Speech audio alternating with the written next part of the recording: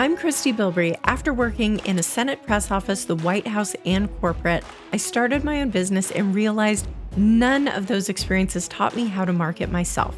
Thankfully, I discovered how brand storytelling and strategy could help me easily connect with others, promote my services, and grow my brand. I created the Business That Story Built podcast to help business leaders strengthen the stories we tell ourselves and the stories we tell others. Ready to take your mindset and messaging to the next level? Let's get started.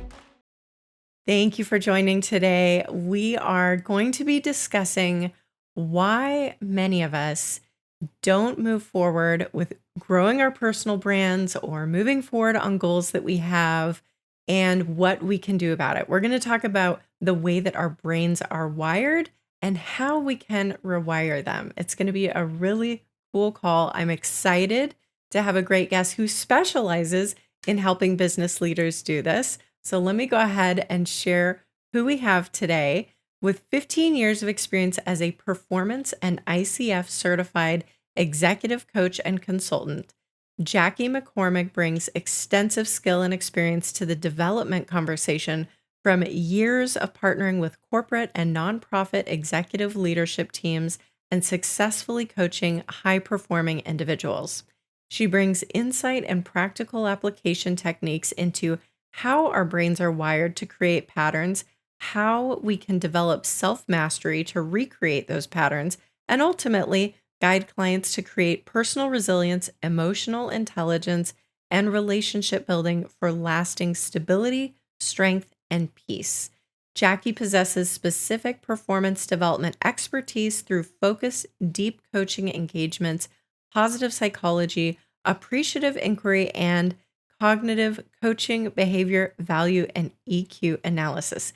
And when she's not focused on developing clients, she spends time with her husband, 3 teenage sons, and 2 very spoiled pugs. She spends a lot of time at football and baseball fields, loves to cook, and escapes to the beach as often as possible. Jacque, thank you so much for coming on the show today. Yeah, it's my pleasure, Christy. Thanks for having me. Absolutely.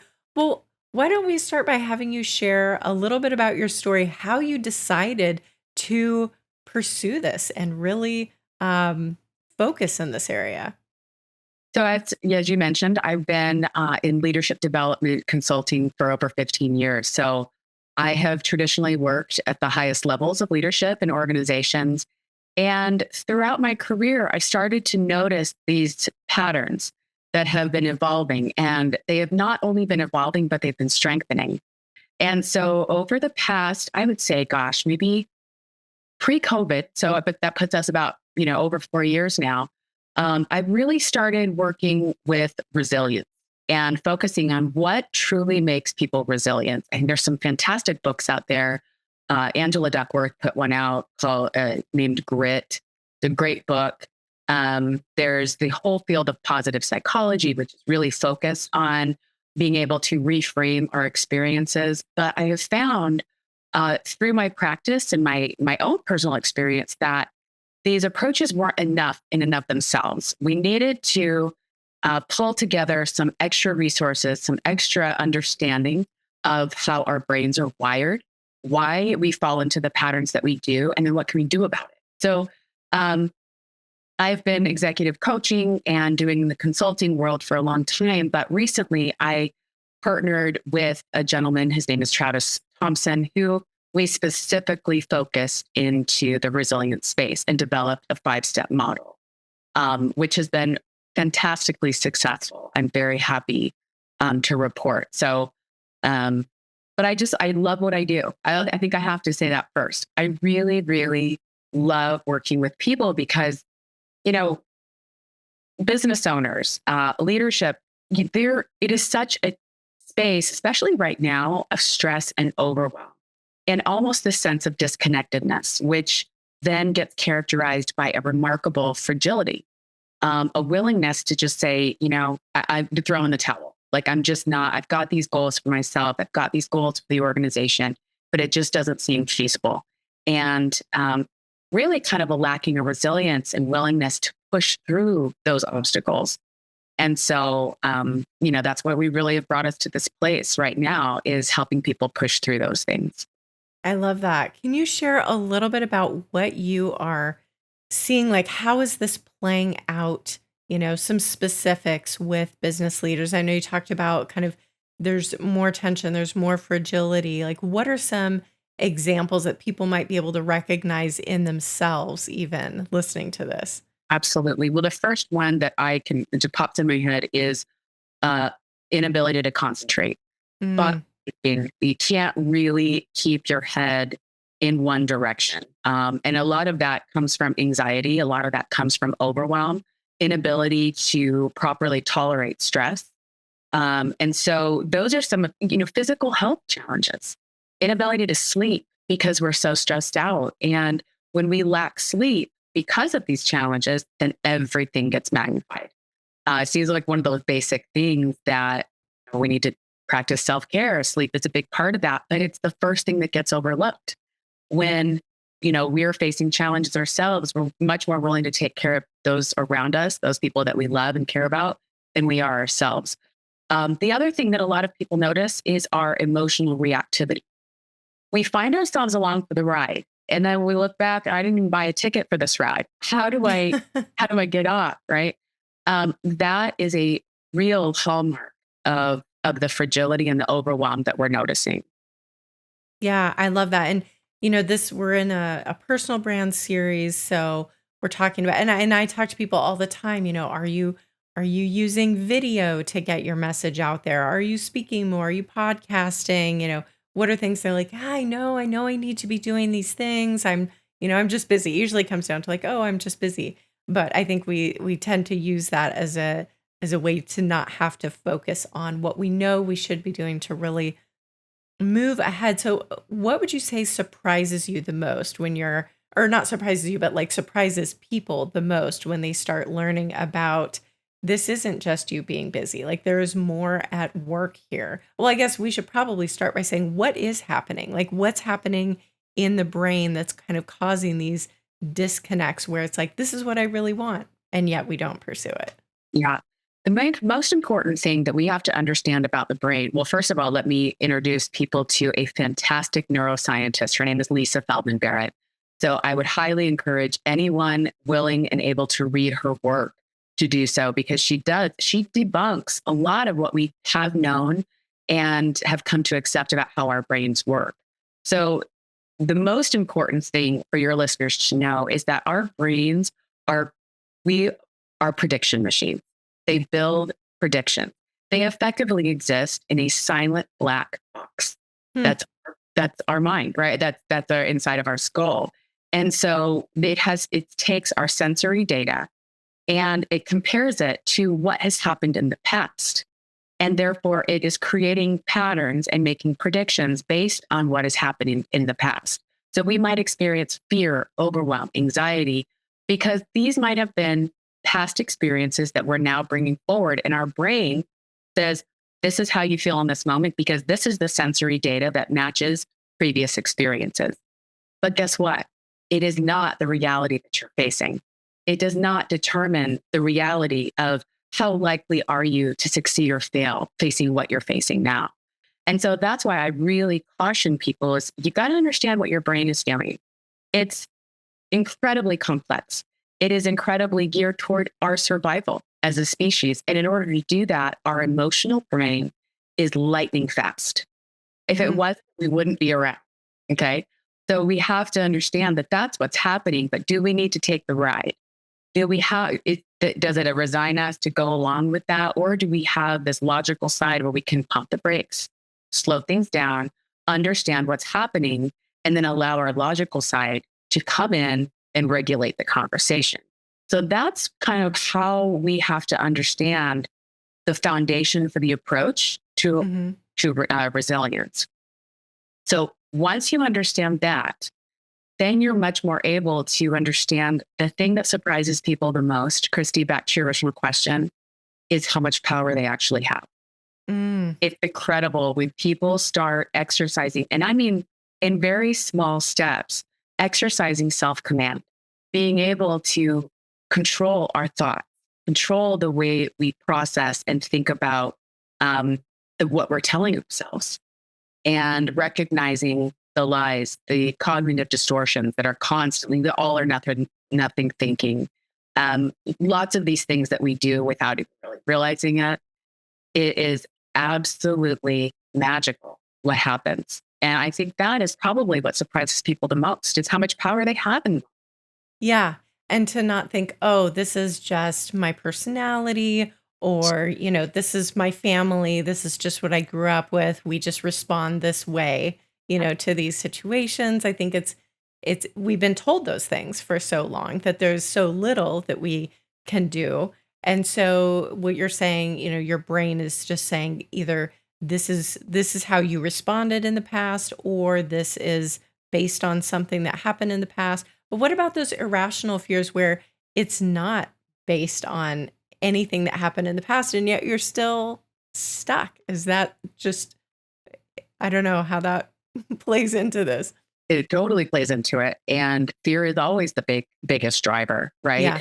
And so what happens is in those times where you're driven by fear and it's not tethered to rational thought, really, or what evidence that's around you, you become a detective of your environment, of your context.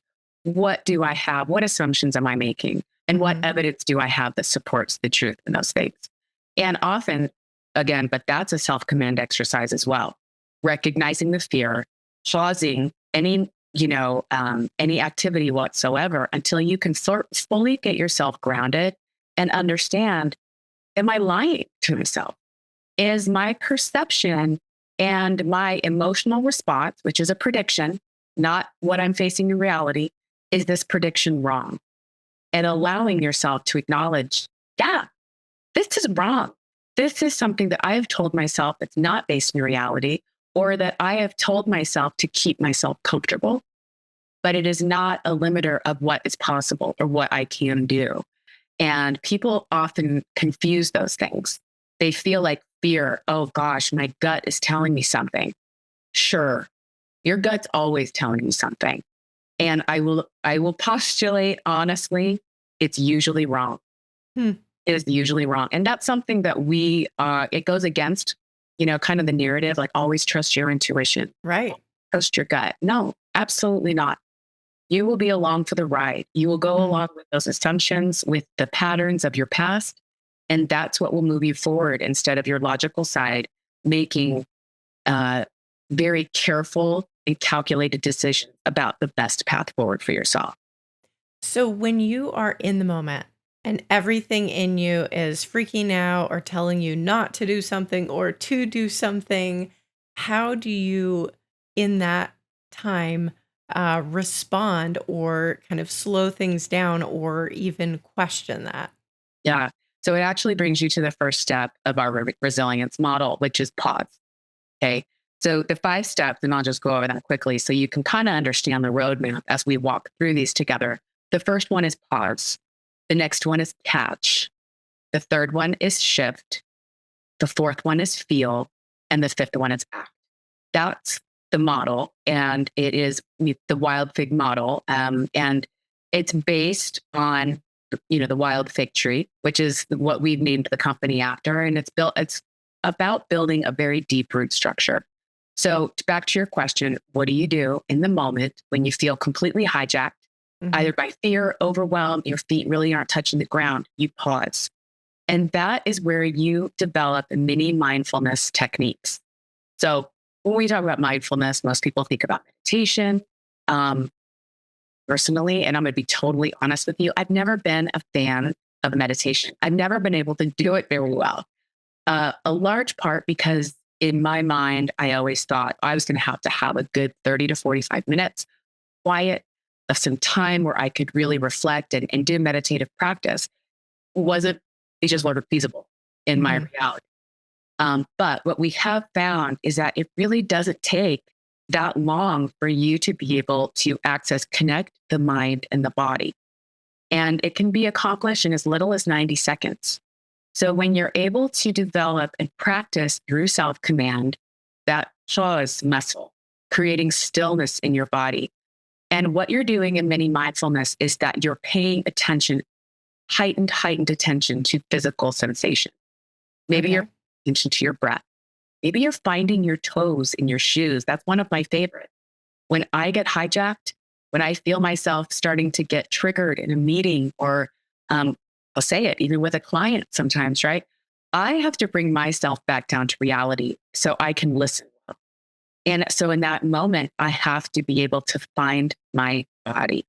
And I do that through finding my toes, like one Good. outside in, play the pianos with your toes and your shoes, but you're focusing on your physical sensation. And that in and of itself calms your brain down.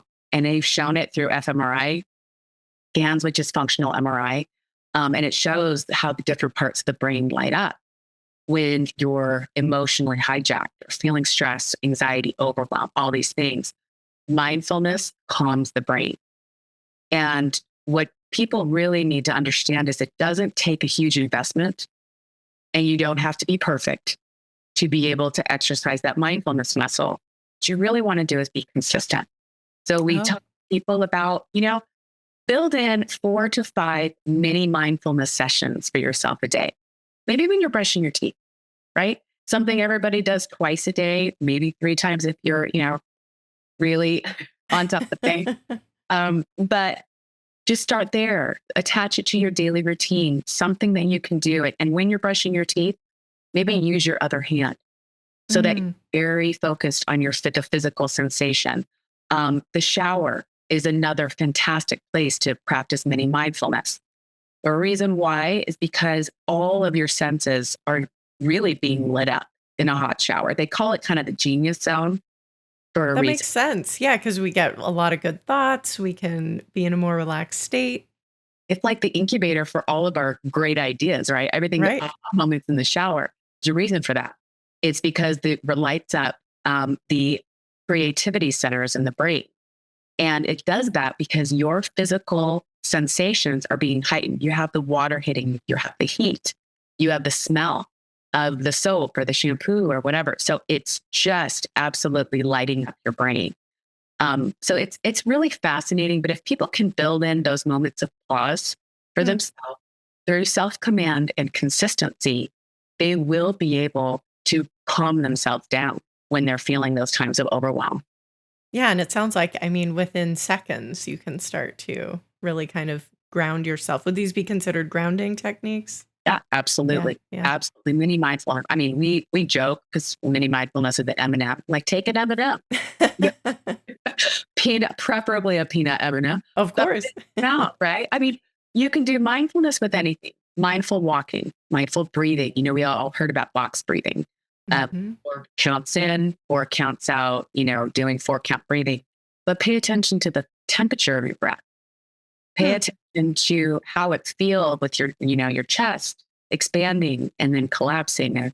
And again, very simple to do. They don't need to be complicated. In fact, the easier, the better because they're repeatable. But just commit to being consistent. Yeah, I love that. Okay, so let's go back through the five steps. The first one was pause. What was the next one? Catch. So, Catch. Okay. yeah, so in that stillness, in the pause, things become very clear to you. The quietness, you can start to hear things that maybe you wouldn't pick up on before. And when we say catch, we're talking about catching a negative mindset. What am I telling myself? What is it that I'm allowing to come into my space and I'm believing is true? And there's 3 questions that we say. Am I being critical of myself? Am I being critical of other people? Am I being critical of circumstances or someone's situation? If the answer is yes, you have a negative mindset, period. So you want to address what is it that I'm telling myself? And you'll often hear things, um, I can't, I Mhm. shouldn't, right? You'll hear these negative mindset phrases that will pop up, but it's very difficult to do and to effectively catch a negative mindset in in noise, in distraction, in a disconnected mind and body. It's almost impossible. That makes sense. That totally makes sense. So you're slowing your mind down, reconnecting physically quickly, and then that heightened awareness to force yourself to think, okay, am I being critical of myself? Am I being critical of others? What was the third one? Yeah. And or the situation or Or the circumstance. situation. Yeah. Okay. And then you kind of identify what that is. So I think what just kind of popped into my head was whether you still believe that's truth or not. I like how you said it's still negative. So you may still think, oh no, but I know this is true. I know I can't do this. But it's almost like, okay, let's kind of take that off the table. We'll figure that out in a second. Right now, we just have to say, is that positive? Is that going to move you forward? Or is that negative? Regardless of what you think about it, it's either positive or negative. Okay, it's negative. We've caught it. And then what do we do then? Yeah. And so it moves us into the third step, which is shift. And so the first step with shift, so right, the whole point of catch, the step catch, is to hear it, to acknowledge it, whatever it is, and say, okay, so this is what's in front of me. This is what I'm telling myself. Now we move to shift. And first of all, we deploy empathy. Empathy is the most powerful antidote to a negative mindset, hands down. And so a big part of being empathetic is asking ourselves, listen, is what I'm facing or this person facing or this circumstance, is this part of being human? What part of this is just part of the human experience? What part, how would I advise if this was my very best friend facing the same situation? What advice would I give them? Right? It's the ability to be able to be in someone's shoes without, or I like to use a canoe analogy, right? If someone's out in the middle of a fast moving river, the last thing you want to do is to get into the canoe with them, because then now you're both in trouble. But you can throw them a rope and you can tow them ashore. And that is really what true empathy is. It's understanding they're in trouble and what is helpful at this time. Not, oh gosh, I see, I told you so. Should have listened to me, right? That's not empathy. Empathy is saying what you're acknowledging is real. What you're going through, it's just part of being human. And it's okay. So what's helpful now? And when you deploy empathy, when you throw the rope to yourself, to another person, now better questions become possible. And I'm talking about higher elevation. This situation is up. This just really sucks right now. I don't know what to do. Well, what is the gift or what is the opportunity in this challenging situation? Find it. That's hard. The most difficult situations, you can look, and it might take some real digging, but you can always find an opportunity or a gift in that hard time.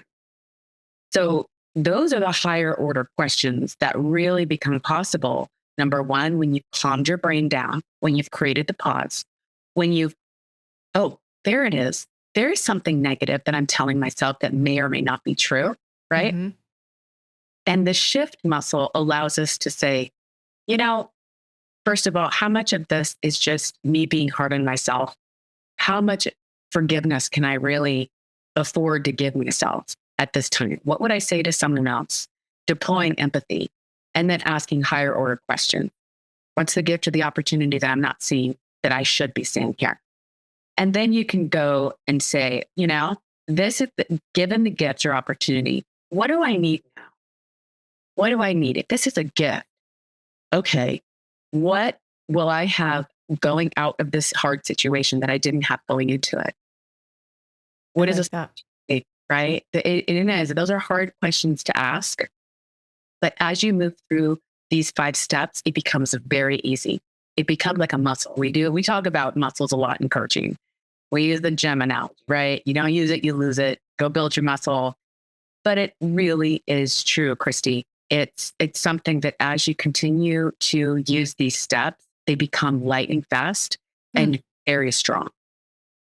So when you're in that moment and you're trying to shift into the gift or opportunity, I mean, let's say this is something you've always perceived about yourself, like I can't do fill in the blank, then are you able to make that shift by kind of saying, well, so what? We're not focused on what I haven't been able to do in the past. We're focused on in this moment, I'm going to figure this out or I'm going to learn it. Or how do you, when something is a deep pattern, how do you allow yourself to make that shift in the moment.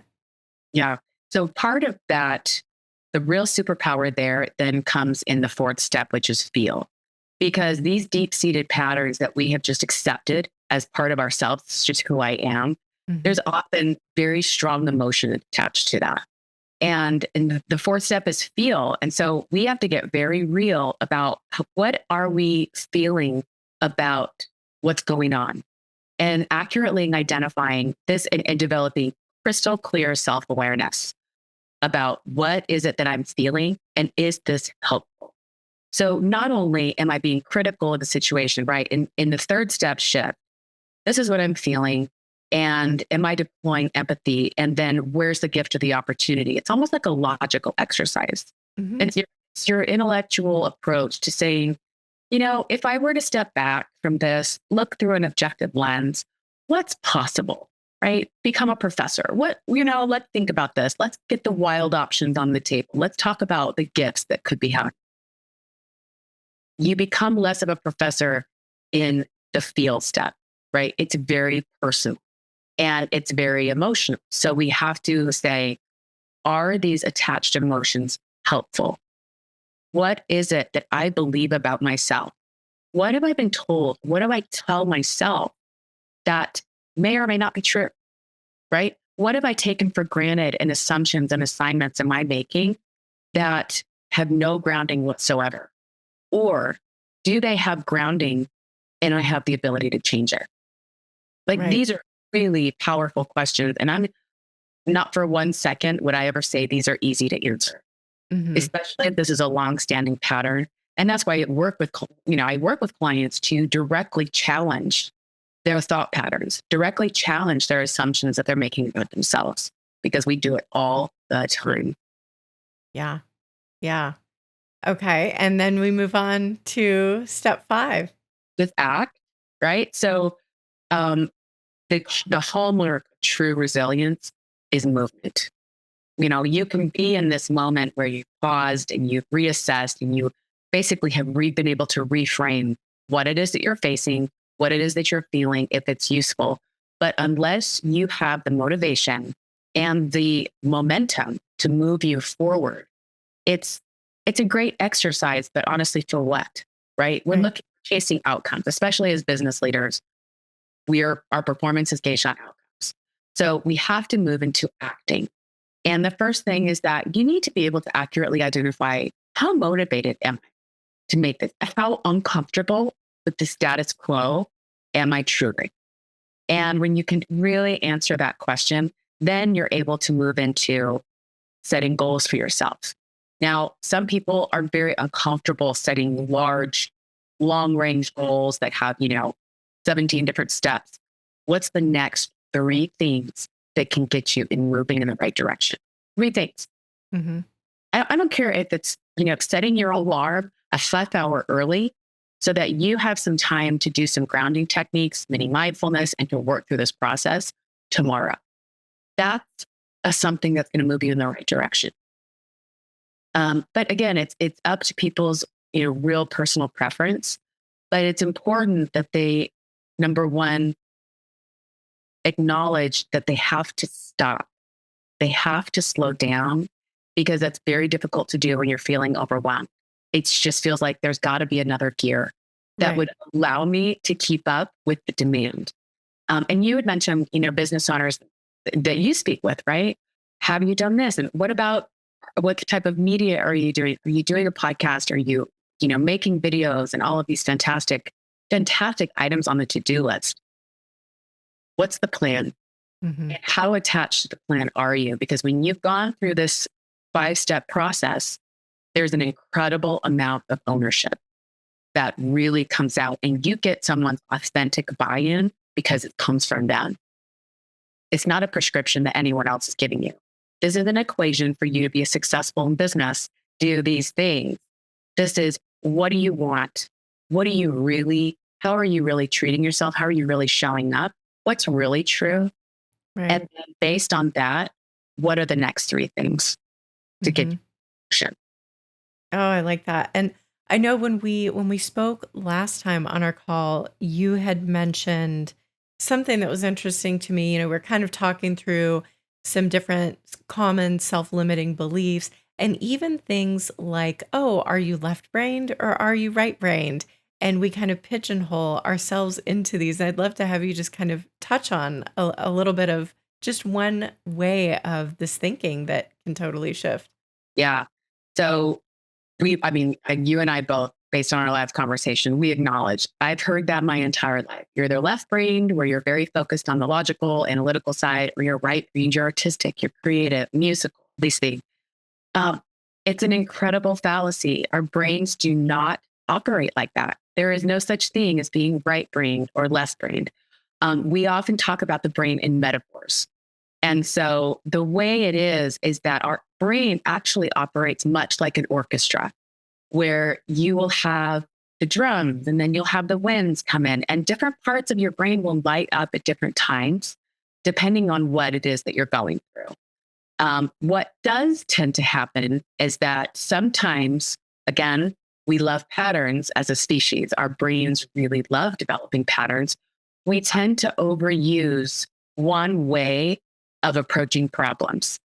And so we can be over calibrated in one side or another. And in that sense, in a very metaphorical sense, I will say sometimes your left side of your brain, the logical side, the rigid side, if it's over calibrated, can show up more than it needs to. And that can do real damage to being able to make decisions and to think clearly.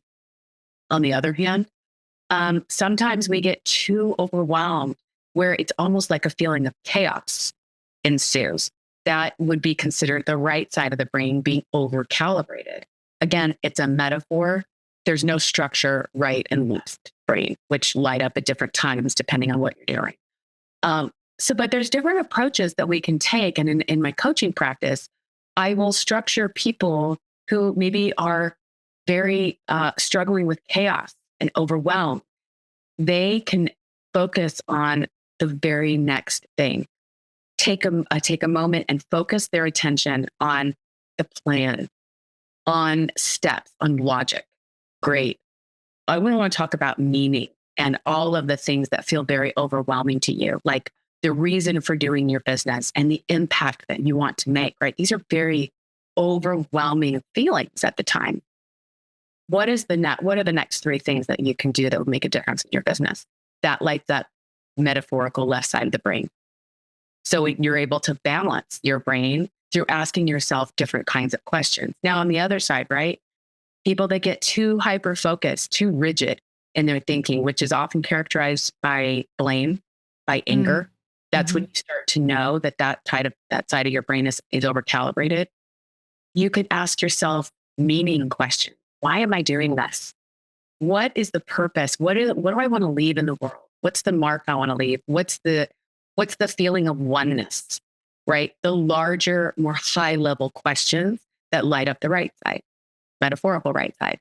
So you can always balance your brain when you get stuck in feeling in one way or another. It's fascinating how our brains work that way. Yeah. No, this is so great. And I think it's something that, like you said, you don't have to carve out an hour at a time to start this process. You can start from anywhere. And I like, challenging yourself to, why do I feel this way? Is this helping me? If it's not, then it doesn't matter if I've felt this way my whole life. It's time to do something new and something different. So I think being able to recognize, and like you said, it doesn't take much, but it does take consistency. I think that really is, if there's something that I could leave your listeners with, consistency is king, always. In any type of development effort, you don't ever chase perfection. Don't ever get down on yourself because, gosh, I just can't force myself to focus on my breathing. My mind just wanders. That's okay. Just gently bring it back and do that as often as it takes to give yourself a good little 90 seconds where you're practicing, because you will continue to get better. But that consistent practice over time, challenging yourself, challenging your thinking, and being willing to say, you know what? No, that's a badge that somebody else put on me. That's not something that I need to own from this point forward. That takes a lot of courage, and it takes a lot of vulnerability Yes. to do that. And so, but it's absolutely worth it. The best thing you'll ever do. I love that. I love that. We have covered a lot. Is there anything else you want to leave listeners with today before we close the conversation? Gosh, I would just say it sounds like a cliche, Christy, but don't be afraid to be your own superhero. Like, Mm. don't leave yourself behind. I think that's what I really want to tell, especially business owners. You're doing what you're doing for a reason, and that reason is impactful and it's important. And don't leave yourself behind in the wake of what it is that you're doing. Right? Bring yourself with all of the success and with all of these amazing things that you're going to accomplish. Bring yourself along and challenge yourself to become a different creature than when you first entered this wild world of business, right? That's so good. So good. And Jackie, where are the best places for people to connect with you and learn more about you? So you can always visit my website. Best place to get me is at hudsongroupconsulting.com. And on there, you'll see links to the Wyldfig resilience group work. You'll be able to get on my calendar to just have a discussion, talk about anything that you'd like. But it's hudsongroupconsulting.com. Great. And we will have that in the show notes as well. Jackie, thank you so much for joining today and for all that you've shared. Oh, Christy, I've loved every second. Thanks for having me. Thank you for listening. Until next time, this is The Business That's Story Built. How are you growing your brand? Are you targeting the right people, developing the right relationships, and consistently getting the visibility and credibility that you need to grow your business? Whether you need a plan that's small or large in scale, our PR firm and consulting services can design and implement what your business needs to grow. To schedule a free call and learn how we can partner with you, email Christy@ChristyBilbrey.com. That's CHRISTIE@CHRISTIEBILBREY.com.